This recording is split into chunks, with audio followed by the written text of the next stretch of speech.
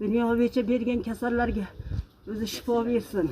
Ден соолугу жакшырып, илдетти жеңип, ооруканадан чыгып жаткандар күндөн күнгө көбөйүүдө. Ак халатчандарга ыраазычылыгын айтып, акыркы суткада Ош шаарынан 5 бейтап үйүнө чыкты.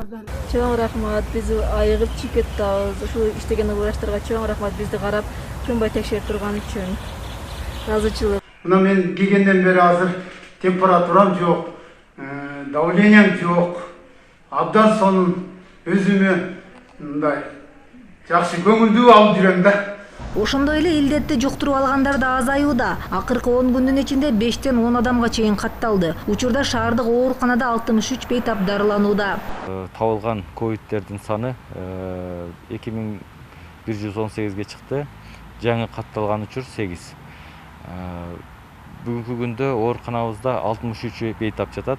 Анын 32си ковид илдети менен чалдыккандар жана 31и пневмония илдети менен чалдыккандар.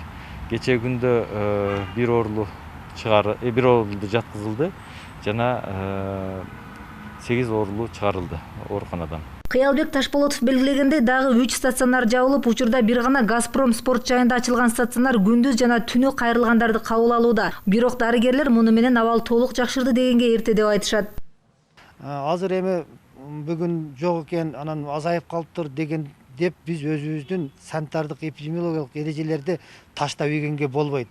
Азыр деле масканы тагыш керек, аралыкты сакташ керек. Удай кылсаң, той кылсаң, ал жерге 2 метрге бирөөнү отургузуп коюп анан той кылбайсың да. Ал деген жаны менен бирге отурат.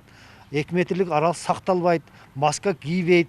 Анан кийин оорулар дагы ошентип көбөйүп кетиши мүмкүн. Биз деген азыр аны ачып жибергенге эрте деп эсептейбиз. Эпидемиологиялык абалдын толук жакшырышы жарандардан санитардык талаптарды сактап жүрүүсүнөн көз каранды экендигин дарыгерлер кайра эскертет. Жалпысынан Ош шаарында оору аныкталган күндөн баштап ушул күнгө чейин 2118 адам коронавирус инфекциясын жуктурган.